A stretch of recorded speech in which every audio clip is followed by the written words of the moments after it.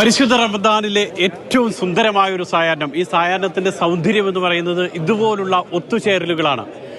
സുഹൃത്തുക്കൾ, കൂടെ ജോലി ചെയ്യുന്ന ആളുകൾ, ബന്ധുക്കൾ, ഇനി അതുമല്ലെങ്കിൽ ഒരിക്കൽ പോലും കാണാത്ത ആളുകൾ പരസ്പരം കാണുക, പരസ്പരം ആലിംഗനം ചെയ്യുക, ചിരിക്കുക, കൈകൾ കൊടുക്കുക, ഹൃദയത്തിലേക്ക് ആ മുഖങ്ങളൊക്കെ പതിപ്പിക്കുക.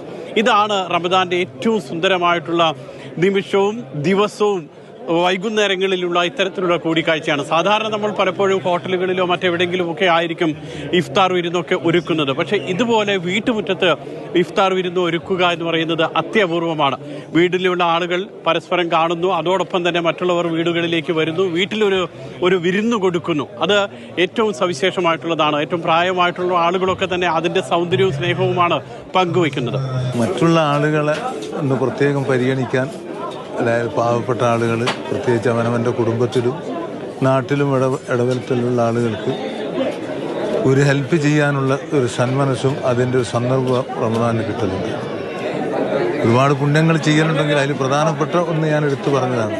സ്ത്രീകളും കുട്ടികളും കുടുംബത്തോടൊപ്പം വരിക, പരസ്പരം കാണുക, ചിരിക്കുക, സന്തോഷം പങ്കുവയ്ക്കുക, റമദാന്റെ സന്ദേശം പരസ്പരം കൈമാറുക. ഇതുതന്നെയാണ് ഈ മാസം മുഴുവനും പലയിടത്തും നമുക്ക് കാണാൻ കഴിയുക. അത്തരം കാഴ്ചകളാണ് മനുഷ്യ സ്നേഹത്തിന്റെ അടിസ്ഥാനവും. ദുബായിൽ നിന്നും മുഷീർ കൊടിയിലിനൊപ്പം സുരേഷ് വെള്ളിമുറ്റം, മാതൃഭൂമി ന്യൂസ്.